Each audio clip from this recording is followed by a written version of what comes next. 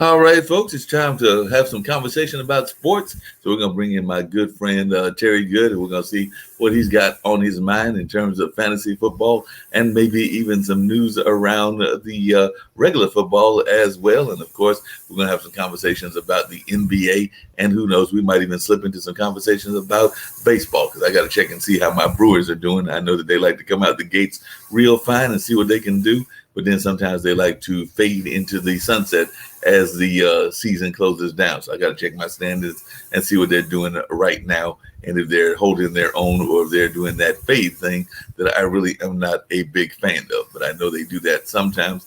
And of course, my friends that are St. Louis fans and others sometimes give me a hard time because they're like, wait a minute, y'all came out the gate like y'all were going to be doing something, and then you faded much too fast. So I'm getting ready to bring in Terry and see what he's got going on. Like I was telling him, we've got our fantasy draft going on in the Tougher Fantasy League, and that will be taking place on not this weekend, but the following weekend. So we're looking forward to that. Got to figure out who I want to draft. Like I was telling you, might be looking at that quarterback from Baltimore and maybe even the one from the Texans. And like you were telling me, might be the Texans one for later in the draft. So maybe that'll be my backup quarterback and all of that. I know that I did not tell you, but I'm also looking at the defense of Baltimore because I've had them for several years and they always do real well by me. And definitely having a friend up there in New Jersey that is a Ravens fan and a lifelong Ravens fan, he's usually, trying to push me to get them.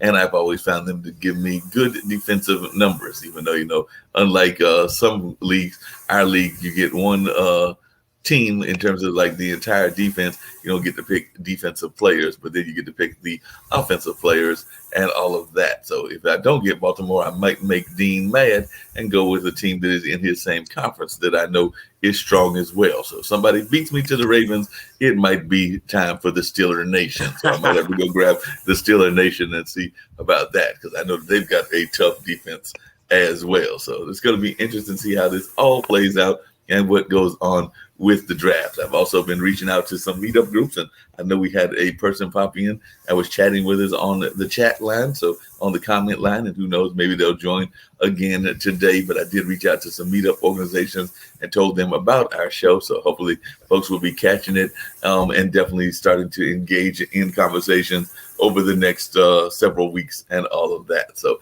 definitely, I know you're getting ready for your draft and you're targeting certain players and everything. So I've given you a little bit of what I've got in mind. I've got some other things in terms of the running backs and the wide receivers and, of course, the tight ends, but I've got to figure it out in the next 2 weeks. So I probably need to do a little bit more concentrating. But, sometimes when you're doing these kind of shows, sometimes you get caught up in other things as well, like trying to keep these shows running. But I do know that I enjoy fantasy football, so I need to at least spend some time figuring out what my team is going to be. So love to hear what you've got going on. So I know you said you ready for some football, and I know we've had some preseason games. I would be lying to you if I told you that I have watched any of them because, like I said, I've been busy. I need to go watch some of the reruns and see the first few games that have happened. I know your Cowboys, I think, have played twice now, but I have not caught any of the games, and I'm actually looking at some of the scores, and it looks like the Colts beat up on Carolina, but it was a close game, as many of the preseason ones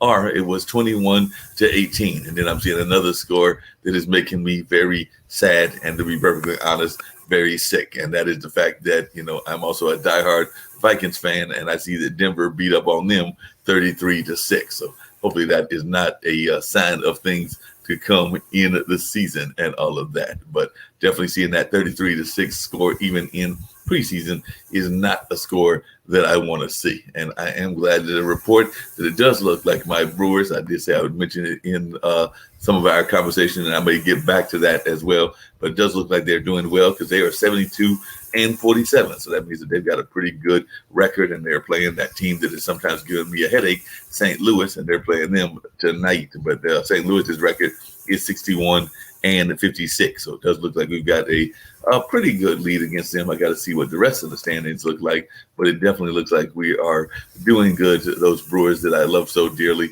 So I got to go check on them. But that game is tonight at 7:45 p.m. And of course, there are some other games that folks will be paying attention to as well. As you know, definitely the baseball season is very far into its season. If we got 72 wins and 47 losses, or 61 and 56, because that's over 100, almost close to 120 games that have been played. And we do know that they play a whole lot of games in baseball. And of course, our own beloved Durham Bulls have been playing as well over here and all of that. So I got to check and see how they're doing. I heard from my friend Jacoby that they could be a really strong team, but I haven't even been checking on their records to see how things are going in that regard. So, Terry, let us know what you got going on your side and what's happening in your world. Well, I'm sharpening my skills right before I draft. In about 2 more weeks, I got like 5 fantasy leagues that I'm drafting for, and I'm targeting a couple players. Some of those guys are guys like Antonio Gibson, also Tua Tagovailoa. Is this how you pronounce his name, from the Miami Dolphins? He looked really good in preseason, so maybe I can wait and hold off on getting a top echelon quarterback and stack my team with at the running back and receiver position, and wait later to get my quarterback. So I switch it up. That's how I switch it up between different leagues. Some leagues I wait later to target my quarterback. Some leagues I go early, and I do that with other positions too. I just kind of alternate a little bit, but kind of keep the same type of players that I'm targeting.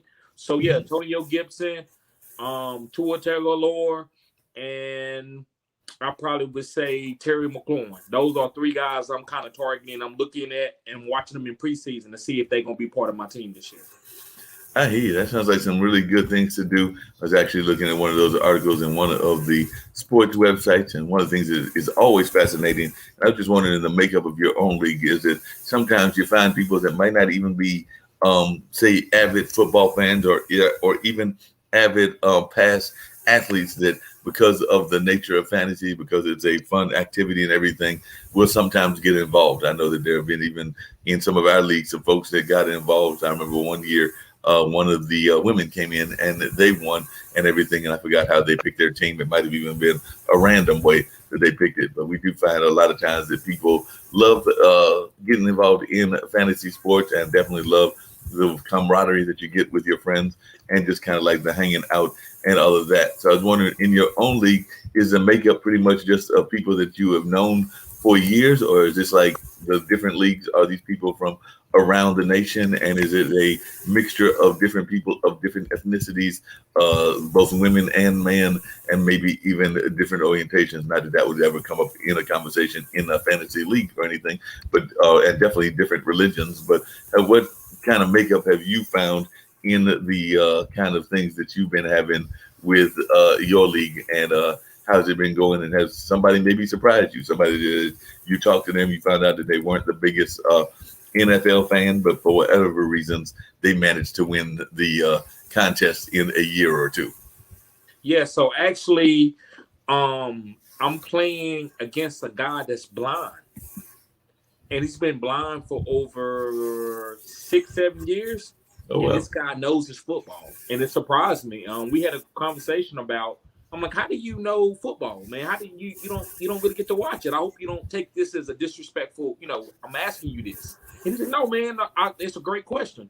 He said that I listen to it on a radio station. He Yeah. said I like certain radio voices because they more detailed and it teaches me the game in a different way. So I found out like listening to the game is just as important as watching the game, because this guy knows his football. So whatever he hears, he remembers. So that's so it's my league members are all around the world. I got guys that's overseas. I got guys that's in the United States, West Coast, East Coast, down south, up north, all Yeah. over, different orientations. So I think sports does that. It brings a lot of people together and for the No, I camaraderie. definitely agree with you on that. Bring them together. I was wondering, do you find that some of your people, since you got them all over the country or all over the world and everything, are more keen to want to root for the teams or even pick the players in their own region? I'm thinking, like, do you find a lot of New Yorkers going for the New York players or the players from the Northeast, or do you find that a lot of your folks that are in the league are actually just trying to put together the best combination and aren't necessarily even going to root for things that might be in their interest? Like you heard me say, I am a Vikings fan and definitely have been a Vikings fan for a number of years, decades even. But I can tell you that there have been times that I have picked Packer players, including maybe one year that I picked their quarterback, and even picked Chicago Bears, which is my brother's team players, because I was trying to pick the winning team and create a winning team. Didn't always have the best of luck and haven't got that, best, the top prize in anything. Not yet, but maybe this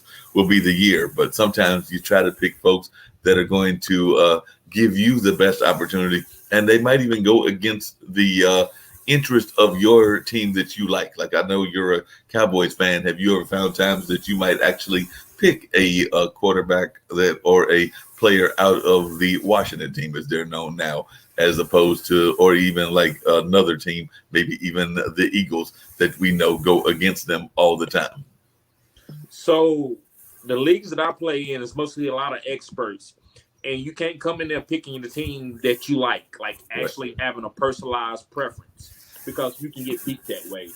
But I do see people tend to name their teams after their teams. So if I'm a New York Jets fan, I'm from New York, my team might be called the Jets Express or something like that. That's what I do see. But in a lot of my leagues, I don't see a lot of guys actually picking players that they like that's on their favorite NFL team, because that usually, we might wager some things, so you can lose your money doing stuff like that. Yeah, you can definitely lose some money doing things like that. There's no doubt about that. And sometimes you want to make sure that you're doing the right thing in that regards. I was actually going to teach you about some of the names that I've heard of teams and everything, because I was going to bring up my brother's league that I'm part of and that Randy is the commissioner of, and share with you some of the names that folks came up with. Now, some of those names might be a little bit on the wild side, so I don't know that I'm going to say all of them and everything. But before we get to that, I was going to bring up that in one of the articles I was reading, they were talking about Russell, and they were saying that people might want to be looking at Russell as one of their quarterbacks. And I was just wondering your thoughts about Russell Wilson as a choice if people want to go in that direction. Like I said, it's not the direction that I'm hoping to go in, but I think I've had Russell in the past, and he hasn't always done well for me and everything. But what are your thoughts about people that might be targeting Russell Wilson? And that's the Russell that I was referring to. I think Russell Wilson is an awesome quarterback to target. I like this offense this year. They got a new offensive coordinator coming in. They fired Brian Schottenhammer, which is a more of a conservative type passing game. Now they trying to broaden it, make it more broad. Actually give Russell Wilson more opportunities to throw the ball downfield to those great weapons like DK Metcalf and Tyler Lockett. So I love Russell Wilson this year. He's in a couple of my already drafted teams. So Russell Wilson should be a top 10 quarterback in fantasy football this year.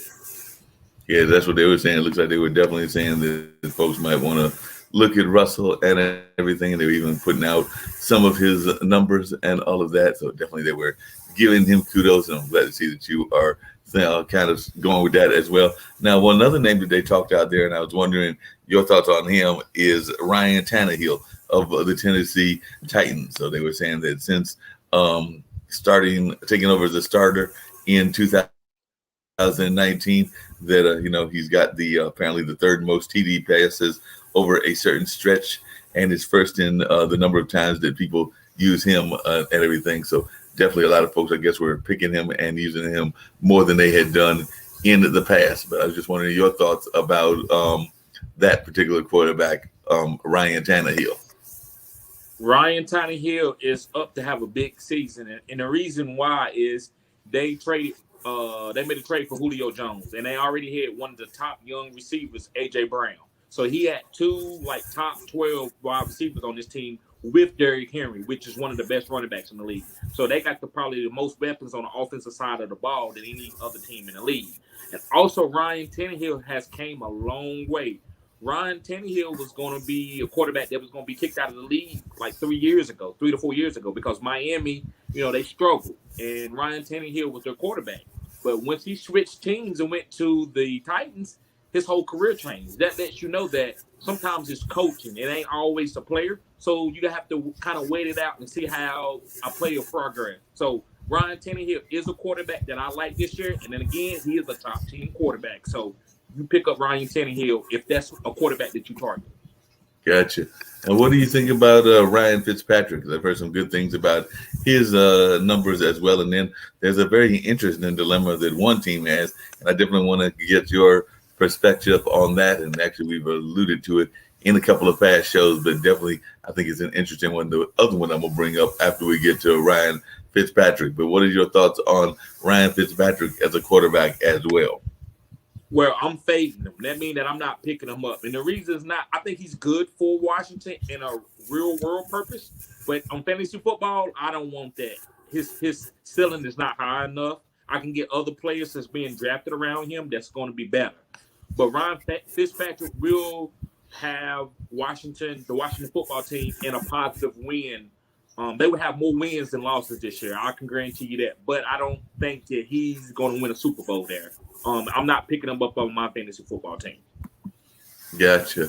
And one of the other things, and this is the one I was going to refer to, is there's some talk about Andy Dalton and Justin Fields, and I know a lot of people are thinking that Justin Fields will start sooner versus later, but then I guess management is going to have to make that decision, and they may wait and hold off because you've got that dynamic player from his college days that will probably be, I would imagine, starting by no later than the middle of the season and possibly even earlier than that. But which way would you go if you had to pick between, Andy Dalton and Justin Fields? And do you think you should draft Justin Fields now, or do you think maybe you'll wait and pick him up in a waiver or something like that when they are getting him maybe to not start in the beginning of the season? So Justin Fields, in a one quarterback league, he should be your backup quarterback. You should get somebody else that's starting right away that you know is starting, and then you should pick up Justin Fields later. In a one quarterback league that you starting, it's okay to go ahead and draft Justin Fields, but you have to get another guy to bridge you over until that you know that he's starting. So Justin Fields is going to be a great talent this year, and he's also a discount player that I can get later in my rounds. It's going to be a top quarterback. Now, I'm not going to say he's going to be a top 10 quarterback because he might get started later, but this guy's going to win you weeks. So Justin Fields with that rushing upside is a top quarterback that I'm targeting for as like if I want to wait for my quarterback. So Justin Fields is a good quarterback to take later in your drafts to give you that upside and nice floor. Now, what are you thinking about the situation in a certain team where they've got a choice between Trey Lance and Jimmy Garoppolo? That sounds like two dynamic quarterbacks as well. So which way would you go in that particular situation? Well, Jimmy is a veteran, and he's a good veteran. So he's going to start off the year. But if he doesn't play an almost a perfect game, I hate to say that, but he almost has to play a perfect game because Trey Lance is so talented and he's a high draft pick that the coaches are waiting for Jimmy to make a mistake to make that switch. So Trey Lance is a good quarterback to be targeted the same spot that you targeting other younger quarterbacks, maybe like Justin Fields, Kirk Cousins, those type of quarterbacks. Trey Lance will be a good quarterback for you to target, and he could be a league-winning type quarterback, but he's not going to start right away. So don't draft this guy alone and think that you're going to be able to play him every week because you won't. It may take 4 to 5 weeks before he actually gets on the field. Yeah, well, there's two quarterbacks that people are not being all that high on in terms of fantasy. And some of the articles I've been reading and everything, and one we've alluded to, and you think that they might be underrated him and everything, but the other one, maybe they aren't underrated him. And the two quarterbacks that I've been seeing not get a lot of play because people may think that they are on the latter end of their career are Big Ben and the other names I'm going to ask you about, which is Matt Ryan. Matt has definitely had an illustrious career over there in Atlanta, but I guess folks are feeling that, he's lost a lot of the firepower that he used to have, and the team might be suffering, and he's not really a true scrambler. So they're definitely thinking that you might not want to pick him up, but maybe you disagree. So what are your thoughts on some of these folks that are not getting high marks, such as Matt Ryan and Big Ben? I think you can get these guys, and if you have a strong team, like you drafted really well in other positions, you can win your fantasy weeks with these guys. These guys are veterans. They know how to play. They don't have the strong arm and the legs they used to have, but they can still play because the game is 90% mental. So I'm drafting these quarterbacks if I plan on building a strong team. I'm not going to draft these guys to think that they're going to win me my fantasy weeks each week. Like they're going to score a bunch of points. They not. But they never going to give you the zero, like a bad game. These guys are going to be stable. And I believe Big Ben is going to have a bounce back year because he's very motivated. He lost a lot of weight. Matt Ryan knows the game. He has a lot of good weapons on the outside. So these quarterbacks are like mediocre quarterbacks. They in the middle, but they can win you a league if you have good surrounding talent around you.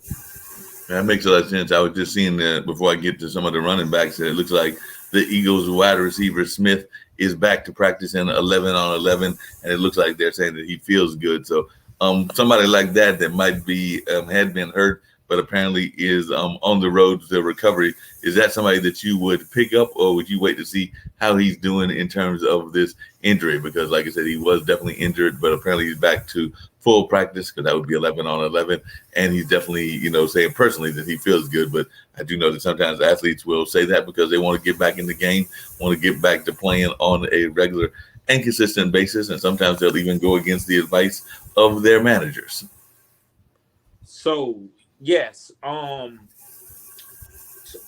what was the player? What was the player we was talking about again? The Eagles, that being Devontae Smith. Right? Devontae Smith. Yes. Okay. So I already drafted. I already have Devontae Smith on a couple of my dynasty leagues.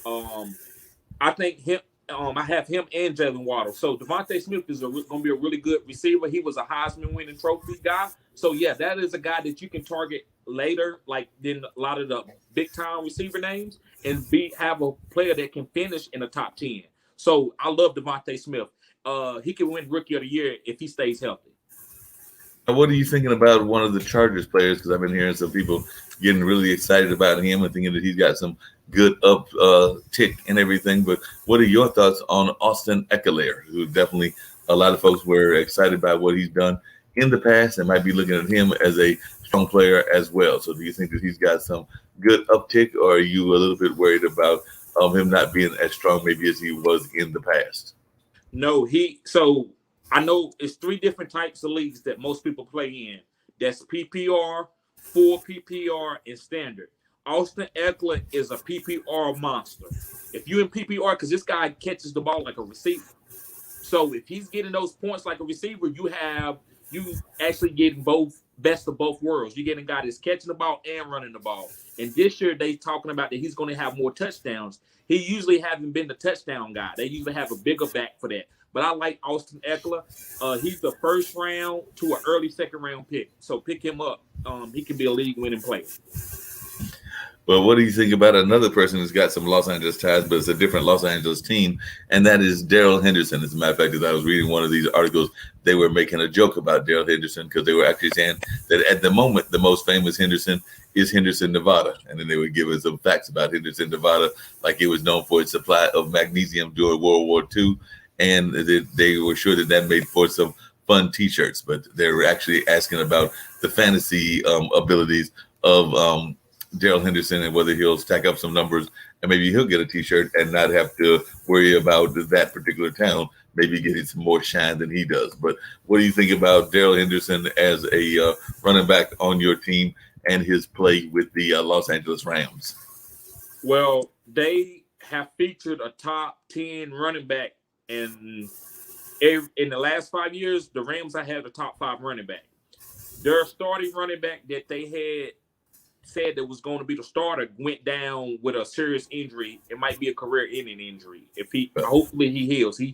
Cam Akers, he blew out his Achilles, which is a bad injury for a running back.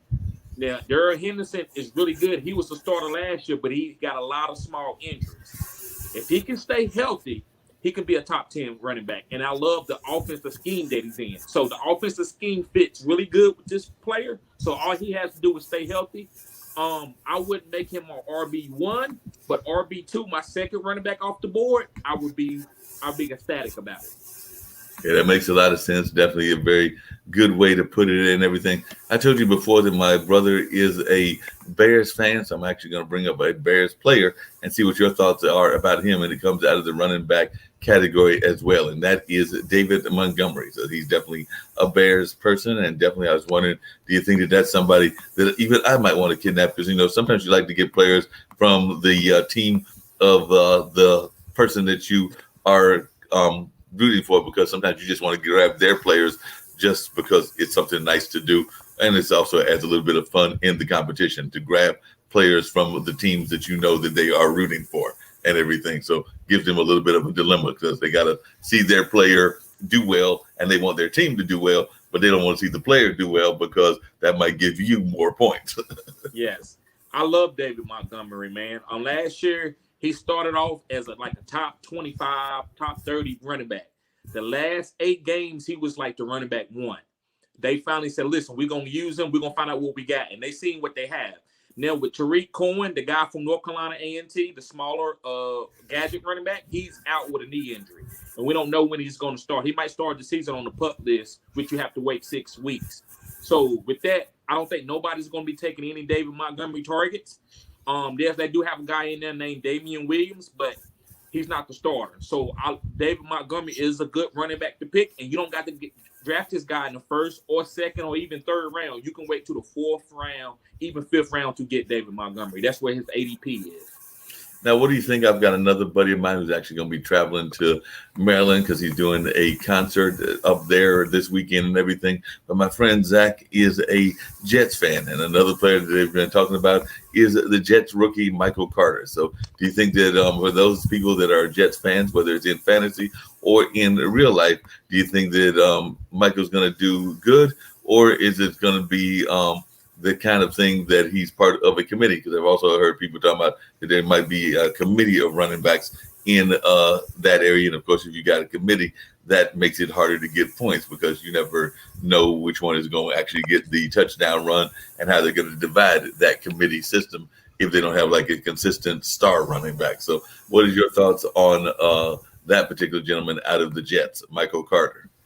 It's going to be a committee, but he's going to get all the gold touches. And when I say gold touches, those are the valuable touches. Those are the touches around the green zone. The green zone is right like 5 yards before you score a touchdown.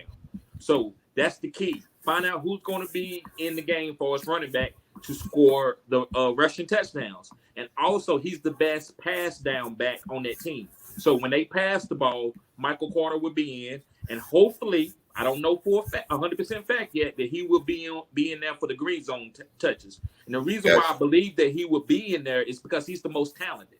Like the guys that they got around him, they didn't draft anybody else to compete with Michael Carter. They got Tevin Coleman. He's an older veteran.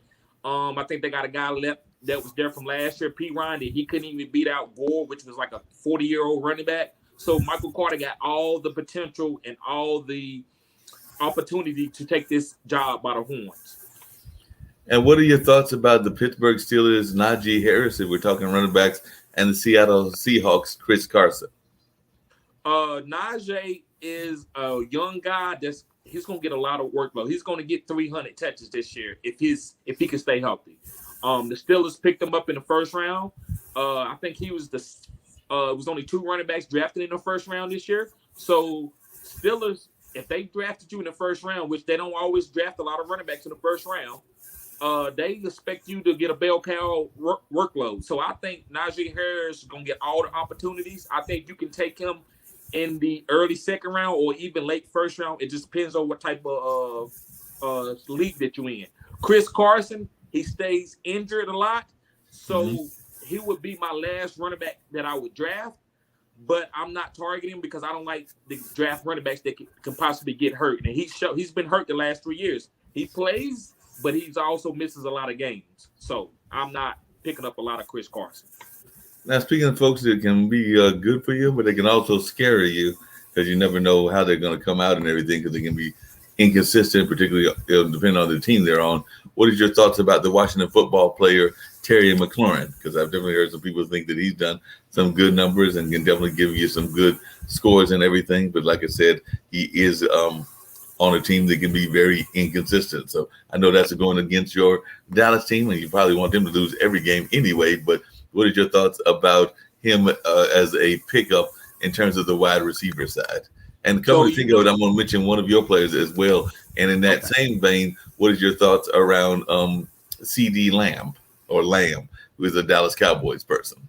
Yes. So with Terry McLaurin, as I told you earlier, that's one of the players that I'm targeting. He's ready for a breakout year. This guy is extremely talented.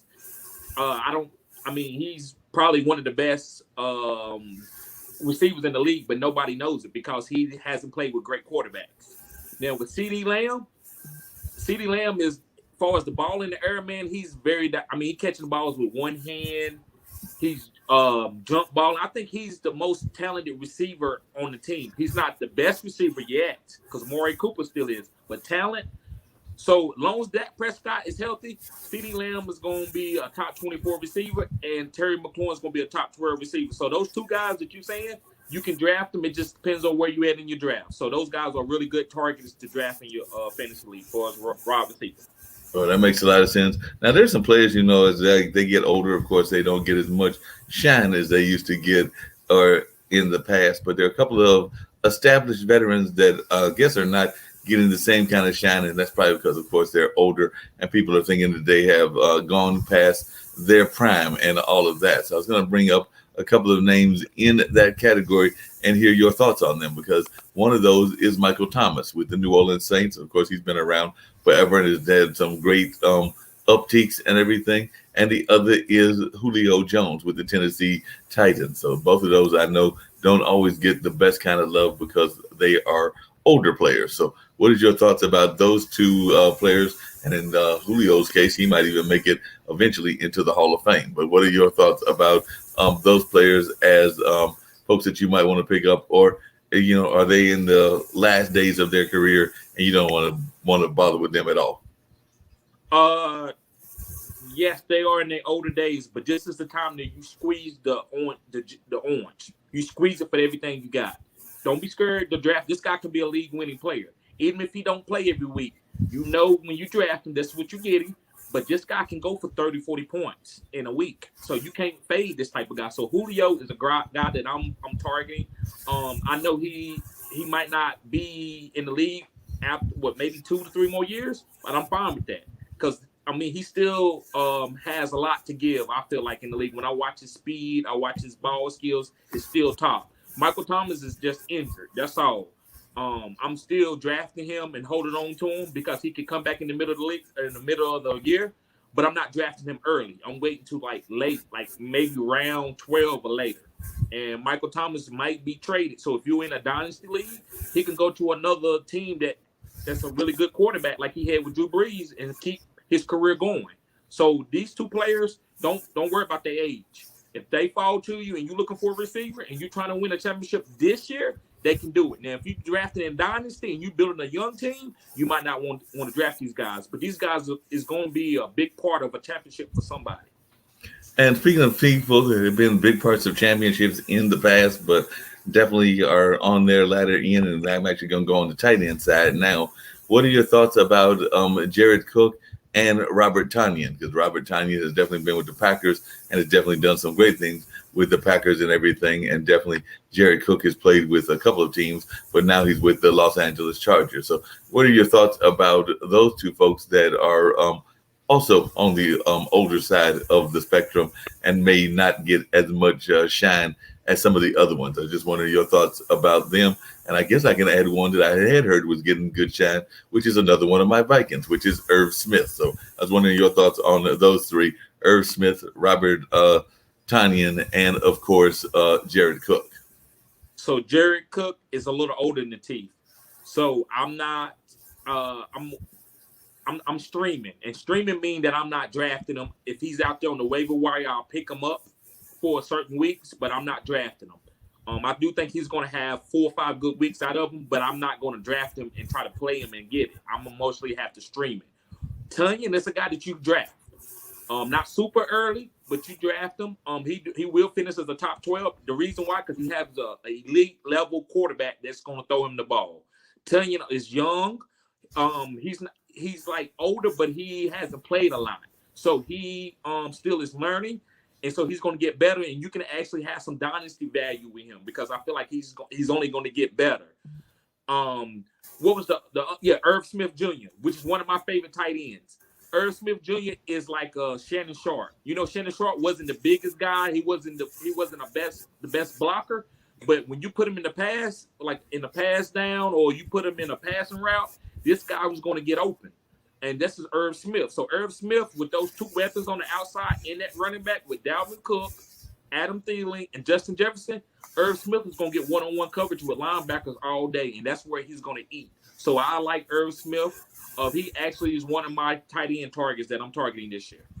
Sounds like some great folks that you're targeting and trying to build that winning team, as you often do, and you often give people advice on winning teams and all of that. Speaking of which, if folks are watching, I actually saw that we had some folks on the screen that it shows me how many people got our eyeballs, and definitely there are some eyeballs watching us and everything. So without saying the number, there are definitely some folks watching. So if they've got questions, they can definitely reach in to the comment section and ask the questions over there, and they can definitely engage us with conversation at that particular spot. And I might also put across the banner the place where they can actually pop in to the StreamYard on the conversation if they want to come in and ask us directly. So I'm going to get to some sports news in the basketball side and everything, because I know that you love all sports, including basketball. And there was some major news in that regards as well. I was going to tease you and just bring up a note that my good friend Randy put out. And like I said, he is the commissioner of the league and everything. So I know that a couple of weeks ago, actually a month ago, he put out the letter about to the Toughalites. That's the nickname that he's given us that are in the Tougher League. And he said that he was everyone that after a year and a half of Corona madness, he was way, and he did put all those Y's after it, too excited about this upcoming NFL fantasy season. He didn't think that he's ever been as excited about a draft as he was this year. So he was just giving us some of the housekeeping tips and letting us know that the draft would be taking place at Buffalo Wild Wings near South Point. So I'll be definitely looking forward to going over there. And I believe that date is on the 28th and the 29th. And actually, I said that I'm in the Silver League, so my draft is actually on Sunday. I think I originally, when we were talking, said it was on Saturday, but it's actually on Sunday and all of that. So definitely looking forward to being there, checking out that particular draft. You know, I'm sure some people will be doing it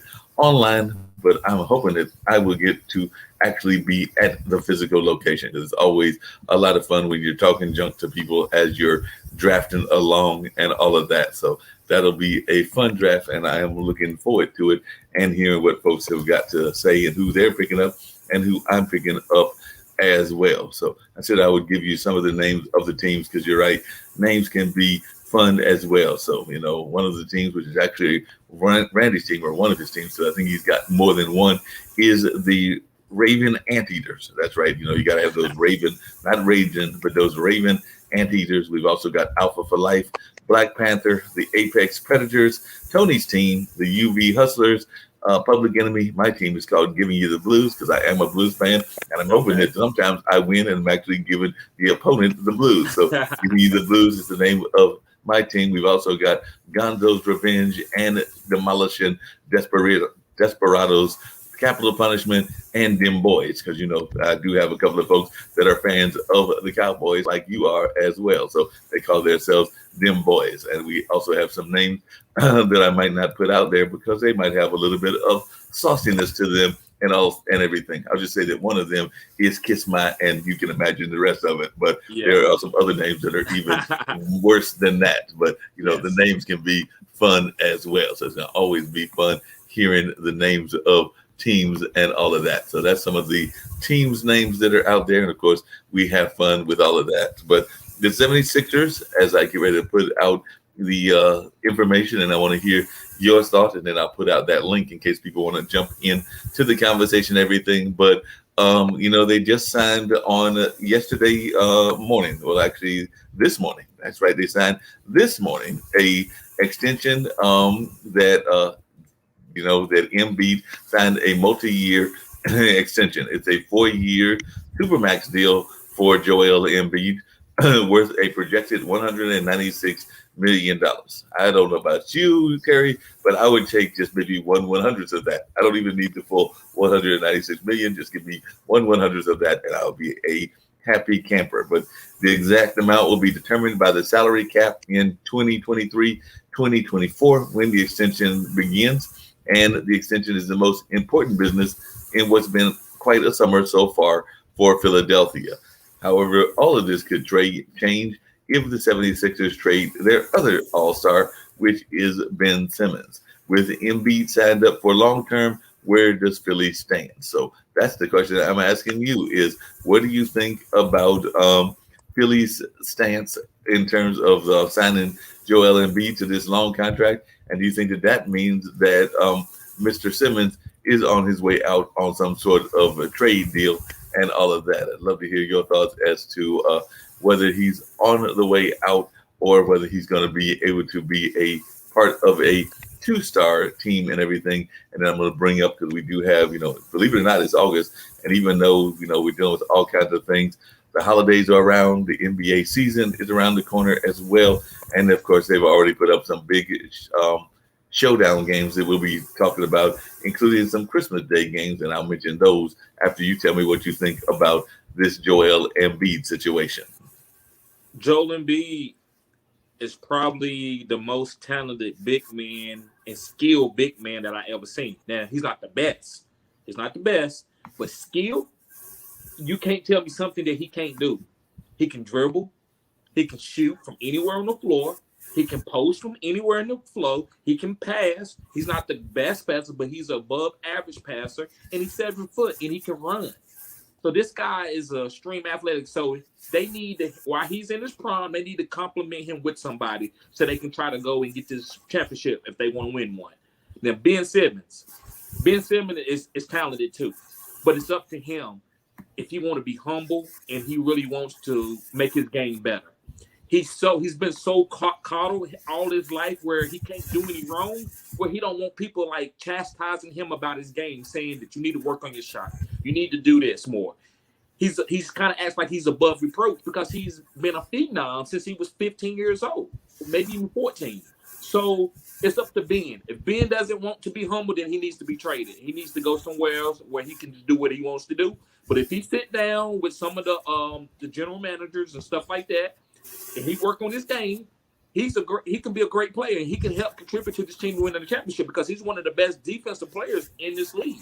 But he just needs to work on some things. And LeBron James had to do it. Kobe Bryant had to do it. Michael Jordan had to do it. So if you don't want to work on nothing, then you're not going to be great. So that's the thing to it. Yeah, that makes a lot of sense. And by the way, we got Mr. Smith, without going into his nickname, people can read it if they want to. But he said that because the fourth target on the team is going to be valuable in fantasy football. So he was definitely saying that sometimes you got to go for that fourth target. And he was actually bringing up one that he considers fool's gold, that being Irv Smith. So what is your thought about Irv Smith being fool's gold and maybe something that you don't want to go after?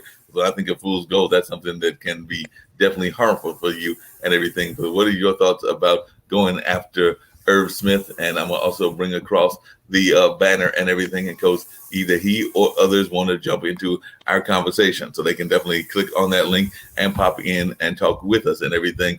But what is your thoughts about Irv Smith and that conversation of him being fool's gold in fantasy football? So if you, the tight end position is very volatile. After 3 or 4 guys, we don't know how they finished. Tight ends had kind of the worst finish last year they had in history. After the top 4 guys, they changed around like musical chairs. So Irv Smith, if he starts and he's getting targets, that's a good thing. So Irv Smith last year with his targets, he finished like in the top 12 of tight ends. So if he finishes in the top 12, that's not fool's gold. Now, is that Travis Kelce? Is that Darren Waller? No. But that's still better than me having a tight end that don't finish in the top 12, that finish with like 6 points. So I need a guy that's going to hit 10 points. And I believe Irv Smith can hit 10 points for me. That makes a lot of sense. I can definitely see that. Coming back to the basketball conversation, they've got some really good games coming up in the season and everything. So among the games will be the defending NBA champion Milwaukee Bucks hosting the Boston Celtics, the ultimate star-studded showdown between the Brooklyn Nets and the Los Angeles Lakers, and Trae Young returning to Madison Square Garden are going to highlight the NBA's quintuple header of games on Christmas Day for this coming season, all of which will be aired across ESPN's family of networks. So the Christmas Day schedule, as well as the national TV games across the opening week of the season, were announced. Actually, it looks like they were announced earlier today and everything. So definitely, I'm seeing some games that a lot of folks are going to be excited about, including Trae Young coming back to New York, and definitely the Brooklyn Nets and Los Angeles Lakers. That's just ought to be a battle royale, and even the Bucks against the Celtics ought to be a great game as well. So, Young became the latest in a long lines of villains at Madison Square Garden with his spectacular performance against the New York Knicks. So I'm imagining that, that filmmaker Spike Lee, no relation, will be sitting there trying to heckle him all day long, because that sounds like they're just going to be talking a lot of trash to each other, because we do know that he is a diehard Knicks fan. So I'm imagining he's going to be glued right there on the front row, trying to talk as much junk as he can to Trae Young and all of that. So definitely that ought to be a good one. In addition to the Bucks against the Celtics, there's also going to be a 5 p.m. Eastern Standard Time game by the defending Western Conference champion Phoenix Suns taking on the Golden State Warriors team that features Stephon Curry, Draymond Green, and potentially by then a then healthy Klay Thompson. So that ought to be a good game as well. So it looks like a whole lot of great games that'll be coming on. And actually, the season is actually not that far away, because the NBA season will kick off right in the middle of football. So it'll kick off on October 19th in Milwaukee, and the Bucks will get their rings before hosting the Nets, a rematch of their incredible Eastern Conference semifinal series that ended in overtime in Game 7 in Brooklyn, with the Bucks escaping with a win. So, I'm thinking that the Nets are going to want to win that game for a couple of reasons. One, they lost in an overtime game to the eventual NBA champions and everything, and it's happening on the day that team is getting their ring. So I'm thinking that, if you can start off the season by embarrassing the team that embarrassed you, that might be a good thing and a good way to start off the season. So I'm thinking that they might have extra incentive to want to win that particular game and everything. And the opening slate is on Wednesday, October 20th, and it begins with another hometown kid making his debut with his new team, as definitely Walker, who was introduced alongside fellow former Celtic Evan Fournier at the Madison Square Garden on Tuesday morning, will face Boston at 7:30 p.m. on ESPN. So, Walker was traded away from the Celtics along with a first-round pick for Al Hartford this past summer. I don't know about you, but that does not sound like the greatest trade in terms of what one team got versus what another team got. So that does not sound like a fair trade to me, but maybe you think it is a fair trade. But what do you think about that kind of trade kind of situation? And it looks like we're going to have some strong games in the early part of the season, because they even said that the week concludes with 2 more star-studded games. On October 22nd, the Nets will be facing the Philadelphia 76ers and Joel Embiid. And then later on that day, the Suns will play the Los Angeles Lakers.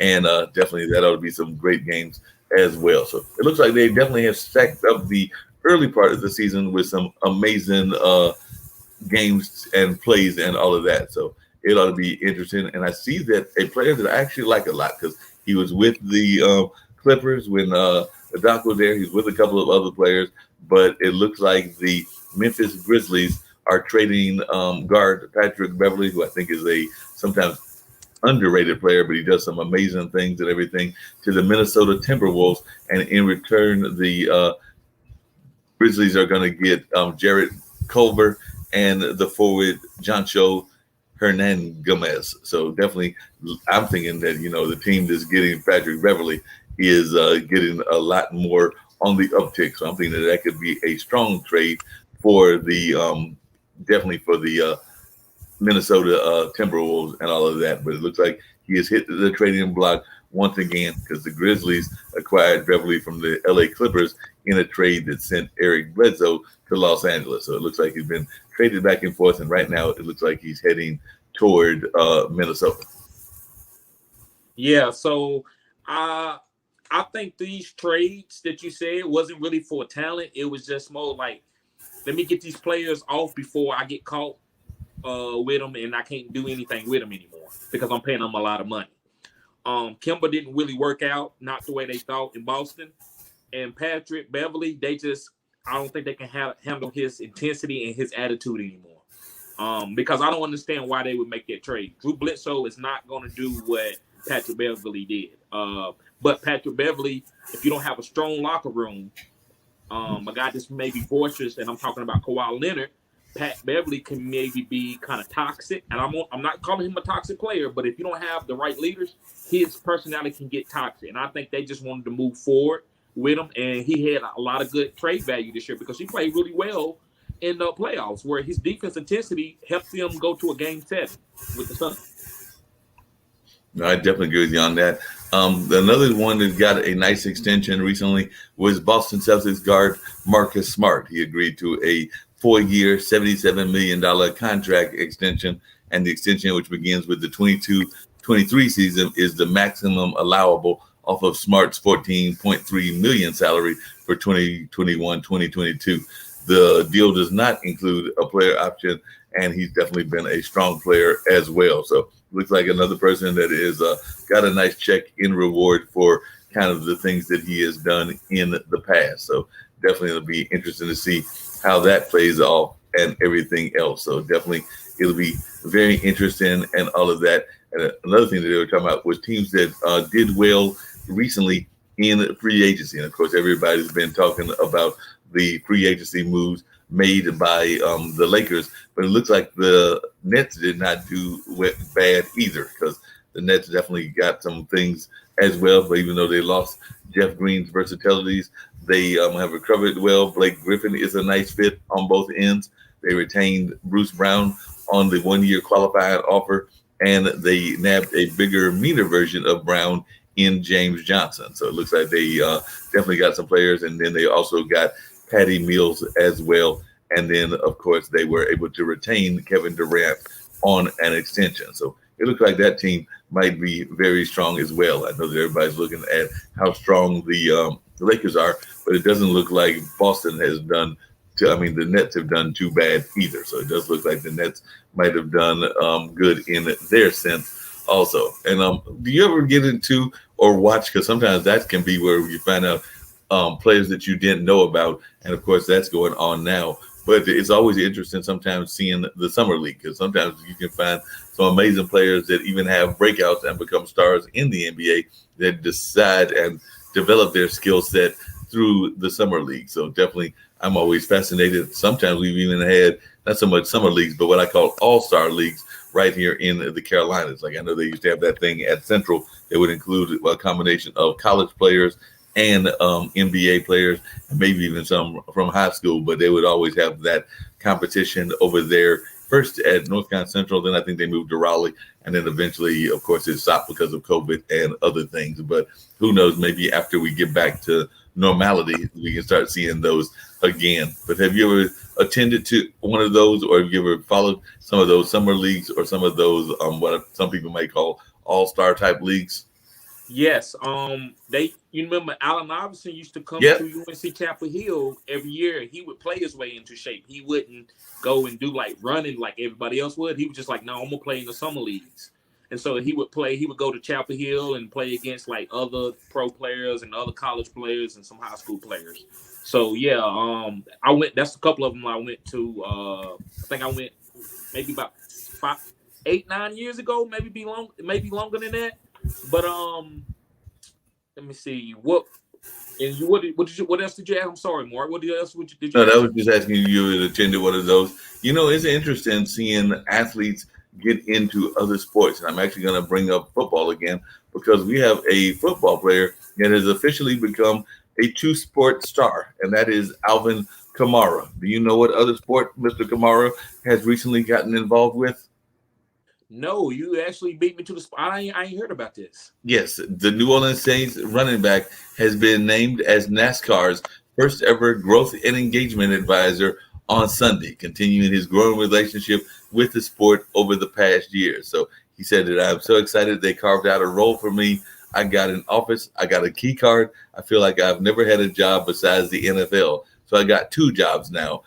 Saints coach Sean Payton gonna have to give me some downtime. So he also Kamara also tweeted at Payton, who sent a humorous reply after he got married this weekend in Cabo San Lucas. So definitely said he said I at Sean Payton kind of got a new job. We got to figure something out. So I guess he was talking about the new job of being a husband to Sean Payton, and of course his new job of being in NASCAR. So according to NASCAR.com, Camaro will work directly with NASCAR leadership on strategic planning and creative opportunities to support its fan development efforts. It's an honor to be able to team up with NASCAR and be their first ever growth and engagement advisor, Kamara said, according to the website. I'm excited to use my passion as a fan to help shape their long-term efforts to grow the sport. So it looks like he, among others, is a NASCAR fan. So he grew up near Atlanta and went to college at Tennessee, and he just recently became a fan of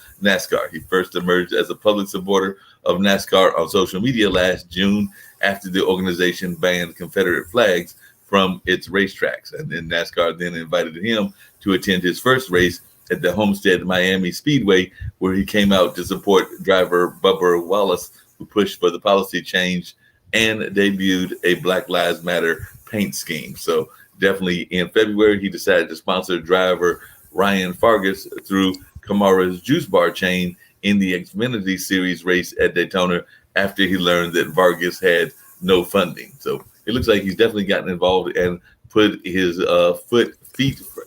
dived in the feet first into something that a lot of folks may be interested in. So definitely, I know sometimes people of all communities love to see those fast cars and see them running around and all of that. So definitely, we're seeing all kinds of things going on in that regards, because even in the regards of, say, Me Too movement kind of stuff, it looks like John and Brittany Force have completed the first father-daughter nitro suite in NHR history on Sunday. So this past Sunday, and that's a style of racing and everything. So the 72-year-old John Force won for the 145th time. Boy, that's a lot of wins overall. And he beat fellow funny car driver J.R. Todd in the final round with a 40.019 second pass at 321.4 miles in a Chevrolet Camaro SS. So the kind of car that you can even see folks riding around in on the streets of Durham or the streets up and down the East Coast. And Brittany Force won in Top Fuel, edging Clay Milliken with a 3.783 at 324.75 for her first victory of the season and 11th overall. So it's always great when we see people breaking barriers or doing things differently and all of that. So we had the first father-daughter kind of combination, and it looks like we also had a athlete from the football side get involved in NASCAR. Did you ever been to NASCAR? Have you ever been? There's a track, and it's not a NASCAR track. Of course, NASCAR is down there closer to like heading toward Charlotte or in that general southern end and everything. But have you ever been? I know there's a track, I think in Hillsborough, so I think that's more like drag racing kind of stuff. Yeah. But have you ever been to a track, or have you ever done any racing of your own? Drag. I've been to a drag strip. It's in Piedmont. It's called Piedmont. And, okay. I've been there, but I've never been to a NASCAR. And I want to go to one. That's one thing that's on my bucket list. But I like drag. It's very interesting. Yeah, that's incredible watching those people do that and everything. So that's always incredible seeing that. And definitely, I was going to bring up some Olympic news that I heard recently, which apparently Simone Biles, even though she was having that horrible thing going on with her mental health, and she did manage to get, I believe it was a couple of, at least one medal, if not a couple. But, after all that she went through, apparently recently she was involved with a neighborhood person, like in where she lives at, and a dog attacked her. So, she's gone through enough other things. And apparently recently she was attacked by a dog. So I'm getting ready to bring that up and everything, because I had read that earlier and it was going like, you've already gone through enough other hard times. And now we're going to add it to it by having this dog incident as well. And I'm pretty sure it was a dog and not a another pet and everything. So it's just incredible the kind of things that she's been going through and all of that. So definitely, I had read that yeah, she shared a graphic video of her dog bite wound. So the dog actually got to her. The dog actually bit the gymnast and everything. And I know that I think I first heard about it on Instagram. So, sometimes these people will put things out on Instagram as well. So, been through enough other troubles, and then he has to have a dog attack her as well. So, that's just some sad news from that particular world of the Olympics and everything. So, definitely that took place. I want to say it was this, like maybe over the weekend, because I think when I first heard about it, it was on the 15th. So, like I said, she hasn't had the easiest summer, and now she's dealing with another health issues because she was bitten by a dog. So definitely, that's just sad that she's having this kind of rough summer. So I don't know what your thoughts are when these folks are. I guess the dog wasn't leashed, or maybe the dog got loose, or whatever. But and apparently, it was a German Shepherd. I'm not a dog person. I love animals, but I don't like going to people's house and they got like big dogs, and they act like the dog is like he's a human and they or she's a human and won't bite you. I'm not don't trust those issues. I don't have a fear of them. I just don't trust the animal that's not mine. I can understand that for sure and everything. So as we get ready to wind down, I was going to give people the baseball statistics, and I was right. The Brewers are up, and they're up by 7.5 games. So let's hope that they can hold on to that, because that is my team. So they are ahead in the Central Division, and they are ahead by 7.5 games to the Reds and 10 games to the Cardinals. And in the West, and of course, there are other teams like the Cubs and the Pirates in that league. But in the West, it's the Giants that are ahead, but they're only ahead by 4 games to the Dodgers and 11 games ahead of the Padres. And in that same league, the Rockies and the Diamondbacks. And in the East, the Braves, which I know a lot of people are fans of because they oftentimes have connections to Durham. And actually, they used to be the Braves farm team, but now the Bulls were their farm team. The Bulls were their farm team, but now they have some other teams that are connected to the Braves here, and the Bulls are the Marlins farm team. I believe that's correct. The Marlins, no, the Marlins are, I know it's the Tampa Bay team. I've got to remember what that, no, the Devil Rays. They're the Tampa Bay farm team, so they're with the Devil Rays. But right now, the Braves are ahead of the Phillies by only 1.5 games, and it has the Mets by 3.5 games, and the other teams in that division are the Marlins and the Nationals. And then on the other side, and let me just give folks an idea of what that looks like and everything, because that was on the National League side. So it does look like they will be heading to, at least to the playoffs, unless things change drastically. That team that I love so much, the Bulls and everything. I mean, the Brewers and everything. But the Bulls team, the team that their parent team is ahead of their division, and that is the Rays. So the Rays are ahead in the AL East to the Red Sox by 4.0 games, and the Yankees by 5 games. And in that same division are the Blue Jays and the Orioles. And in the AL Central, the White Sox are way ahead of the Indians and the Tigers, 11 and 11.5 games ahead. And the Twins and the Royals are also in that league. And in the AL West, the Astros are ahead of the Athletics by 2.5 games and 7.5 games to the Mariners. And also in that league are the Angels and the Rangers. It's really bad when you see a team that's got like an 11 or a 12 game lead. I think that, this late in the season, it's hard to catch those kind of teams, but it's definitely closer if you got like some of these other races, which are, maybe 4 games ahead or even 1 game ahead. Or even, my Brewers are doing pretty well, because it's hard to catch a team 8 games ahead also. But definitely if you like 11 games ahead, that's just like, you really got to do some serious collapsing.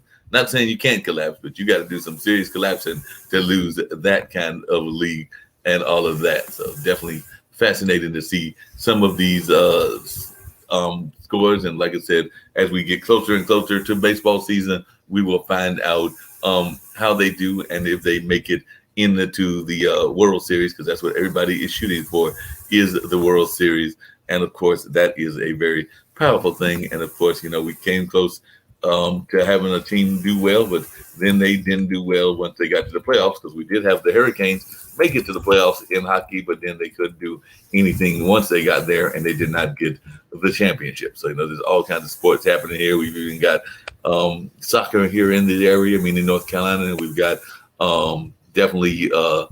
Now I found out we've got cricket and we've got other sports, even curling. So we've got some of these sports that are professional and some of these that are like semi-pro or whatever along those lines. So definitely some fascinating conversations in that regard. And since I did bring up the Durham Bulls, I'm going to see where they are at in the minor leagues and then see if Terry's got any final thoughts as we get ready to wind down and everything. But I am going to try to see how the lovely Durham Bulls are doing since we're in Durham. And I always like to see how the team is doing that is right here in our area. So as I'm looking, the Durham Bulls are ahead. They're ahead by 6.5 games. So in the Southeast Division, the Bulls have won 57 games and lost 32. And their closest opponent is Jacksonville. And Jacksonville is 51 and 39. So they are ahead of them by 6.5 games. And they will actually be playing that team, Jacksonville, today. So they'll be playing them today, probably this afternoon or evening. And then right ahead of them, or ahead of right behind Jacksonville, is Gwinnett. So Gwinnett is behind them. And then Nashville, which is the Milwaukee Brewers team and everything, or their junior team, is 4 games back. And Memphis is, in fourth place. And then Memphis is in fifth place. So that's the way that those particular divisions go. So like I said, Jacksonville is 6.5 games back. Gwinnett is 7.5 games back, as is Nashville, and Memphis is 16.5 back. And we won't even talk about how far back Norfolk and Charlotte are. Let's just say it's a lot of games back that they are. And in the AAA East Midwest Division, Omaha is in a tight race with Toledo. There's only a half a game separating them. And right in third place is St. Paul, which is 1.5 games back. So they've got a real tight race. Even the fourth place team, Indianapolis, is 6.5 games back. And in that same division is Columbus, Iowa, and Louisville. And then on the other side, we've got Buffalo ahead by 2 games to Scranton. And then right behind that is Worcester, and they are 8.5 games behind them. And in that same division is Lehigh Valley, Rochester, and Syracuse. So it does look like, at least in AAA, in the divisions that we would be caring about, the AAA affiliate, it does look like there is a good possibility that the Durham Bulls will go ahead and at least secure a place in the playoffs. Then they've got to figure out if they can win it. And then if they win that, then they get to go to the competition against the West Coast team. But that's a whole lot of baseball left before we get to that particular point to find out if that's going to be the case or not the case. So that'll be interesting to see what happens in that regards. You got any final thoughts that you want to share with people? I think I covered just about everything that I said I was going to cover on my LinkedIn post, including a little bit of Olympic news, not a lot, but we did touch on Simone Biles and everything. But definitely I had mentioned that I would touch on baseball, basketball, and the trades, and of course, fantasy football. And of course, fantasy football is tied into real football. So definitely that's what I was thinking about in the sports news way and everything. Maybe next time we come back, we'll talk boxing or some of the other sports that are out there as well. But we also threw in some NASCAR this time also. So you got any final thoughts that you want to share with people before we get ready to jump off? And of course, they can reach me here at bluesradio@gmail.com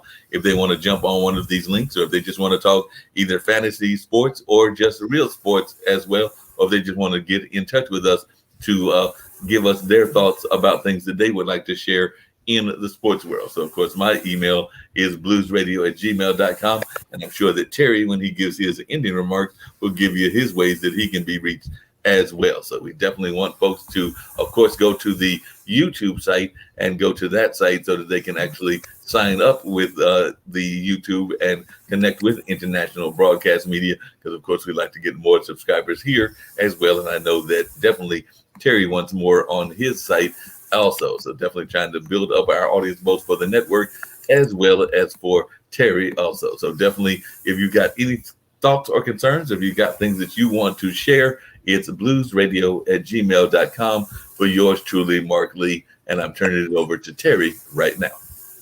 So, yeah, the one thing I want to say getting ready for your fantasy drafts, go if you're gonna do some research, go research where the players that you want are being drafted, because you don't want to draft the guy that's going into the 10th round and you draft him in the 3rd round. So if you can get a template to say where he's going at the 7th, 8th round, 3rd and 4th round, it make you'll have a better team when you finish drafting, because you won't reach for guys and you can get guys with a lot of great value. And yes, guys, if you got any questions, you need help with your draft, anything fantasy football related, hit me up at fantasygoodsports@gmail.com. And also, where I give content out is at Fantasy Good Sports YouTube. Just go to YouTube and type in what you see on the screen, guys. And I offer a lot of content there. So yeah, that's about it. Sounds good and everything. So on that note, we're going to do the 30-second clock going in the opposite direction instead of going in, going out and everything. And that'll get us on out of here. I've actually got to get some videos of maybe some people playing sports and things of that nature. So that can be our going out video and everything. But until I do that, we're going to use 30 seconds in and 30 seconds out. So we're going to hit that 30-second clock. And I still got to do 2 more shows. I got to help my friend Sharon get her show going, which will air tomorrow, but we're going to do a pre-record. And then we've got our regular show at 8, which Barbara H. Smith, who is a coach of another sort. She is a business coach. So, of course, she'll be sharing a lot of business wisdom and all of that. So on that note, let's get this 30-second clock on out of here.